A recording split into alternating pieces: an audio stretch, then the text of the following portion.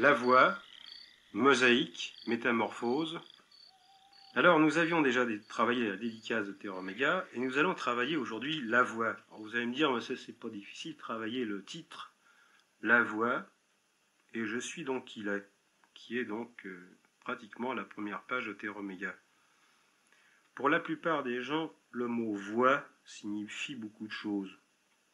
Chemin, sentier, parcours du combattant, la vie. On peut dire qu'il est très difficile de savoir si un auteur propose une vraie voie ou une fausse voie. Les vrais auteurs de l'ésotérisme, en principe, peuvent quelquefois même évoquer la voie d'une façon différente. Parce que chacun est différent sur Terre, personne ne se ressemble, Dieu merci. Et même si plusieurs initiés ont suivi des voies qui apparemment pour nous ne se ressemblent pas, en fait, en haut, elles sont toutes issues du même principe et procèdent toutes, sans exception, du même système. Et c'est nous qui voyons des différences là où il n'y en a pas. Mais peut-être que eux, quand ils l'ont exprimé, avaient quand même exprimé des différences, parce que tout simplement, ils étaient différents.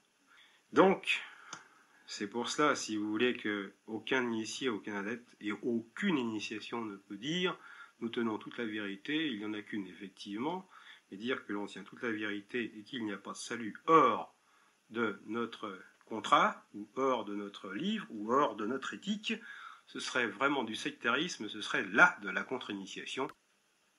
Donc quand un Jacques Brayer vous met sur un livre « La Voie », ça ne veut pas dire qu'il ne dit qu'il n'y en a qu'une. Il y en a une, effectivement, au-dessus de toutes.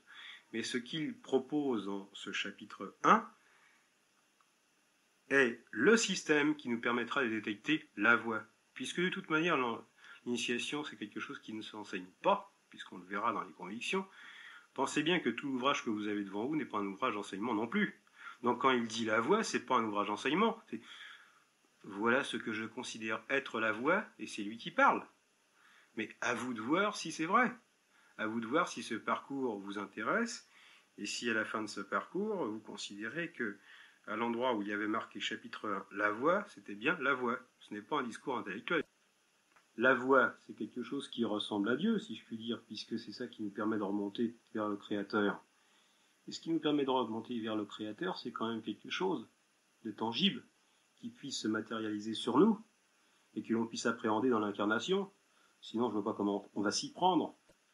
Si la voie, elle, est structurée par Dieu, la proposition de la voie ne peut être une mosaïque ou un assemblage de sujets, sinon ce serait forcément de la contre-initiation par le fait que ce serait de l'enseignement. Mais on ne sait pas comment avancer, et on ne sait pas ce qui nous empêche d'avancer. Eh bien, ce qui nous empêche d'avancer, vous en avez quelques dizaines de pages dans le premier chapitre. Donc je dirais le plus humble du commun des mortels a la capacité quand même de percevoir une petite parcelle de lumière dans la nuit pour s'accrocher dessus et aller vers. Donc cette petite parcelle, nous avons toujours la possibilité de l'exploiter ou de ne pas l'exploiter. Et vous allez voir que finalement c'est simple, c'est très simple, et tout est simple. Seulement évidemment ça se complique un petit peu avec le temps, parce que telle chose venant s'ajouter à telle autre, le programme devient complexe. Je dirais qu'il est complexe dans sa simplicité, mais il n'est pas simple finalement. Mais il est simple de par Dieu qui est toujours un. Il faut déjà situer la vie. Et si vous la situez à partir de choses simples, vous arriverez plus vite à nettoyer votre route. Et votre mue ira plus vite. Et votre métamorphose se fera, et vous aurez nettoyé votre route pour aller vers quelque chose de plus concret, je dirais, dans le spirituel, dire que vous arriverez à vous accrocher à une spiritualité authentique. Ce qu'il faut arriver à être, c'est être son propre maître. Donc, un jour, ne plus être forcément assujetti à quelqu'un.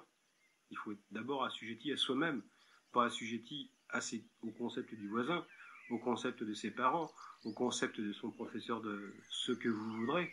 On doit être assujetti à soi-même, c'est-à-dire devenir authentique, soi.